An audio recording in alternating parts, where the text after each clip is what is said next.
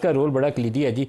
क्या रायमा बार्स की तरफ से क्या राय आती है, बार्स क्या कहती हैं ओवरऑल? जी बिस्मिल्लाहिर्रहमानिर्रहीम। नदीम भाई, मेरे साथ रेहान अजीज़ मलिक साहब जो सदर सिंध हाई कोर्ट बार हैं। उनके नाम छोड़िए, वैसे बताइए क्या कहती हैं बार्स? बार का देखें, जैसे सिंध हाई कोर्ट के प्रेसिडेंट का मैंने नाम लिया, Lahore high court bar association का उनका नाम मैंने लिया, Balochistan high court bar association, Islamabad high court bar association. हमारा मौक़िफ़ हम एक पेज पे, हम इस सारी जो प्रपोज्ड अमेंडमेंट है जिसके अंदर सुप्रीम कोर्ट ऑफ पाकिस्तान को आउटसोर्स किया जा रहा है, आउटसोर्स किया जा रहा है। अगर आप ऐसी आप ये एक्सप्रेशन बड़ा सख्त है आपका कि आउटसोर्स किया जा रहा है, क्योंकि आईनी अदालत भी कॉन्स्टिट्यूशन के नीचे बनाने की कोशिश है, कॉन्स्टिट्यूशन से मामला नहीं होगा, रिटर्नेट हो जाएगी। आप जब आर्टिकल 189 को भी अमेंड कर देंगे, 184(3) को भी आप अमेंड कर देंगे, उसकी जजमेंट भी बाइंडिंग नहीं होगी। 199 को भी किया जा रहा है, 199 को भी किया जा रहा है, ठीक है। आर्टिकल 9 जो है 9 में तो एक इजाफी है, लेकिन 8 वाली इख्तियारात कमी हो रही थी फंडामेंटल राइट्स में। Security of person and liberty of a person, यानी life and liberty of a person, उसको भी आप करें। आर्टिकल 8 को भी आप अमेंड करें, इंसानी हकूक, यानी आप पूरा जुडिशल स्ट्रक्चर चेंज कर रहे हैं। और आप एक कोर्ट ऐसी बनाने जा रहे हैं जिसको मैं ये समझता हूं, चूंकि मैं ये उसको कहूंगा कि वो सियासी कोर्ट बनने के लिए जा रही। सियासी कोर्ट मैं बता रहा हूं उसकी वजह क्या है कि उसकी आप कहते हैं कि जो आईनी अदालत है वो एक पॉलिटिकल कोर्ट है। मैं इसलिए कि उसकी जो अपॉइंटमेंट का तरीकेकार है वो prime minister with consultation president करेंगे।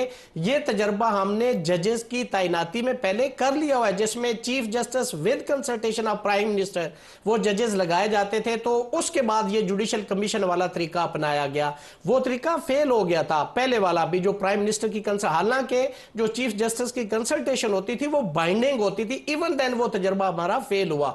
तो आज जब आप एक सियासी तैनाती करेंगे तो उस कोर्ट के ऊपर क्या ट्रस्ट होगा? और मुझे उससे भी आगे, अगर ये आईनी अदालत बन जाती है तो सुप्रीम कोर्ट की क्या हैसियत होगी? वो एक सबॉर्डिनेट कोर्ट होगी, वो एक जस्ट दीवानी कोर्ट होगी। उसके पास तो कोई ना उसकी जजमेंट बाइंडिंग होगी बाकी इंस्टीट्यूशन पे, ना सुप्रीम कोर्ट के पास 184 के अख्तियार होंगे। तो सुप्रीम कोर्ट वही केसेस सुनेगी, प्रॉपर्टी के सुनेगी, कोई मर्डर केस आ गया है, कोई 190 का अख्तियार जो है वो भी चला जाएगा आईनी अदालत, 184 भी चला जाएगा 199 इस्लामाबाद हाई कोर्ट या दीगर जो हाई कोर्ट से उनके पास है रिट जुरिस्डिक्शन। उसमें भी आपने कदगन लगा दिए कि अगर आप सिक्योरिटी का इशू कहेंगे कि ये रिलेटिंग टू सिक्योरिटी है तो उसके ऊपर रेट भी लाए नहीं करेगी। तो यानी आप जिसको मर्जी सिक्योरिटी के नाम पे फिर उठा रहे, जिसको मर्जी आप महबूज कर लें, वो इख्तियार भी वफाकी आईनी अदालत के पास चले जाएगा। मैं उस पर यह कहना चाह रहा हूं, जो कॉन्स्टिट्यूशनल कोर्ट जिसको कहा जा रहा है, क्या पाकिस्तान के अंदर जो डिस्ट्रिक्ट कोर्ट्स, अगर आप जुडिशल रिफॉर्म की बात करते हैं, 7 से 8 लाख केसेस पेंडिंग है।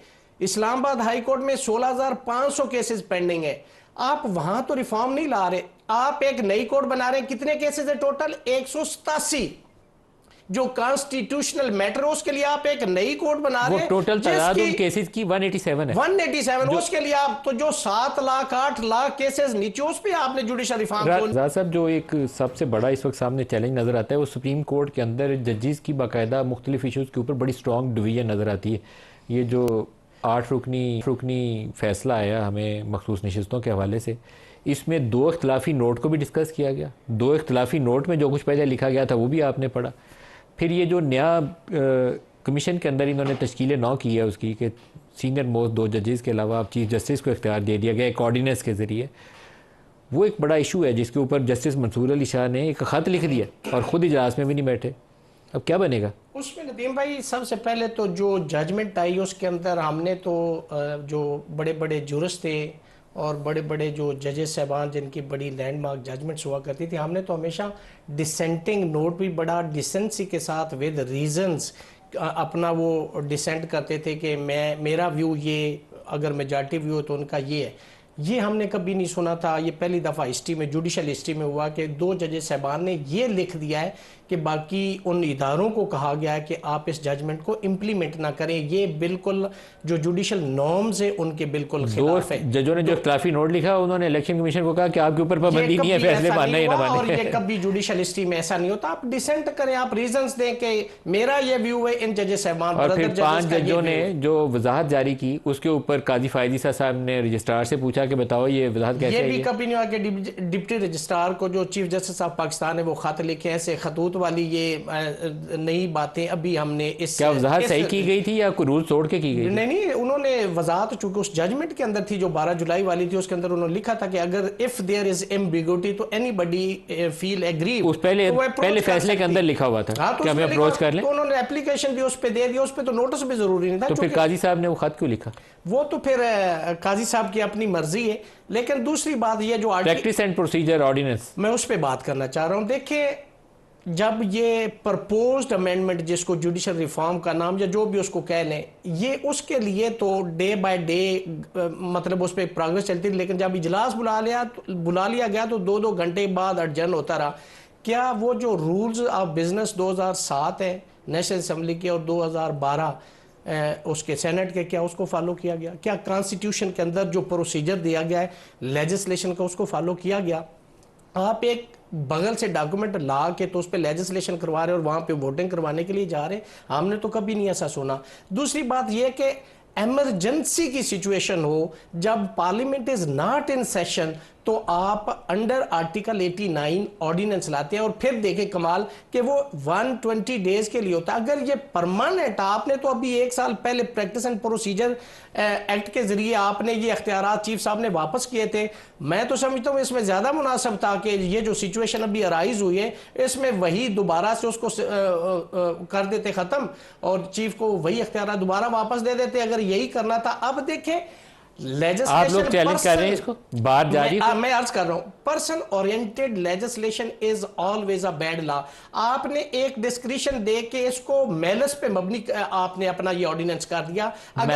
मेलस है इसलिए कि आप डिस्क्रिप्शन दे रहे हैं। ऐसा अगर होता कि अगर एक जज जो 3 सीनियर लोगों में से अवेलेबल नहीं है, इस्लामाबाद हाईकोर्ट तो नेक्स्ट उसमें शामिल हो, क्या Islamabad high court bar supreme court जाएगी? इसमें देखिए, हमारी बार के मेंबर चौधरी एहतशामुल हक साहब ने आज सुप्रीम कोर्ट में इसको चैलेंज कर दिया है। ठीक है, इसको प्रैक्टिस आप भी फ्रीक बनेंगे, बार भी फ्रीक बनेंगे। देखिए, वो हो गया तो जो भी फैसला होगा एक ही है, उसमें फ्रीक बनना या ना बनना। लेकिन हमारा मौकफ उसके बिल्कुल है कि ये देखिए जुडिशरी के अंदर मनूवरिंग है। ये देखिए, आपने बड़े सख्त अल्फाज का इस्तेमाल कर रहे हैं, आप कह रहे हैं जुडिशरी के अंदर मैनूवरिंग हो रही है। देखे ना, आप कैसे कर सकते हैं नदीम भाई कि आप एक चीफ साहब को, एक सीनियर बंदे को निकाल के और आप उसको डिस्क्रिप्शन दे रहे कि अगला नेक्स्ट जो उसको नॉमिनेट कर, या तो ये हो ना कि जो सीनियर में से अवेलेबल नहीं, नेक्स्ट सीनियर उसका ऐसा होगा तो हम कहेंगे ये बोनाफाइडी तब होता कि इफ नॉट अवेलेबल। तो मैं वही कह रहा हूं, तो पिक एंड चूज करेंगे तो वो राना साहब जब आपने, अच्छा रियासत साहब आप बता दें, मैं बात का सोचता हूं कि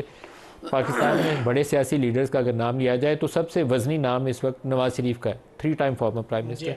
इमरान खान बहुत पॉपुलर है, लेकिन उन्होंने 4 साल की एक्सटेंड किया या 3.5 साल की, तो नवाज शरीफ 3 दफ़ा रह चुके हैं, उससे पहले वज़ीर आला भी रहे। इस पूरे क्राइसिस में, जहाँ कल सुप्रीम कोर्ट ने अपने ऑर्डर के अंदर, अपने जस्टिस मंसूर अली शाह ने अपने ख़त के अंदर लिखा है कि इस करंट कॉन्स्टिट्यूशनल क्राइसिस के अंदर ये जो काम क्यों किया गया, तो इस कॉन्स्टिट्यूशनल क्राइसिस में नवाज शरीफ का क्या रोल है? मैं ये अक्सर सोचता हूँ, क्या आप इस पर रोशनी डाल सकते हैं? मैं समझता हूँ कि मियाँ साहब पे देखें, जुल्फ़िकार अली भुट्टो साहब के बाद अगर 2/3 मेजॉरिटी लेके आए थे, वो मियाँ साहब लेके आए थे, तो उनका एक अपना वजन है। और मैं समझता हूँ चूँकि मियाँ साहब का, सच्ची बात है, हमने तो काफ़ी दिन हो गए ना कोई प्रेस कॉन्फ्रेंस ना कोई उनकी स्टेटमेंट सुनी है।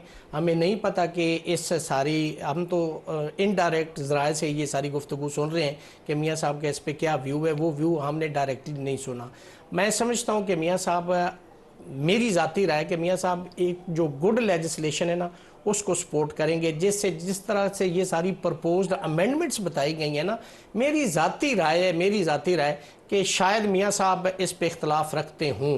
चूँकि मियाँ साहब, वो शायद क्यों है, मतलब Nawaz Sharif is head of PML, बिल्कुल यही बात है, लेकिन चूँकि डायरेक्ट राय से हमने नहीं सुना, चूँकि जैसे बिलावल हमें कैसे पता चले, बिलावल भुट्टो साहब की आपने स्टेटमेंट सुन ली है कि बनानी है, मजबूरी है, ज़रूरी है। देखे ना, मजबूरी क्या है ना, ये सारी जो लेजिस्लेशन है ना, इसके पीछे जो मजबूरी है ना, वो इंपॉर्टेंट है। लेकिन वो मजबूरी इस वक्त शहबाज शरीफ की तो हो सकती है, बिलावल की नहीं है। बिलावल क्यों कर रहे हैं वो मुझे नहीं समझ आई बात। देखिए, इस वक्त तो दोनों पार्टियां हुकूमत में बैठी ना, जितने कॉन्स्टिट्यूशनल पोस्ट है उसके ऊपर पाकिस्तान पीपल्स पार्टी बैठी। रोल ऑफ नवाज शरीफ होना चाहिए, मैं समझता हूँ है, कहीं पे नजर आता है नहीं है, या मिसिंग नहीं है, बिल्कुल रोल नहीं है, और हम कहते हैं कि होना चाहिए और उनको सामने आके इसके ऊपर अपना व्यू देना चाहिए।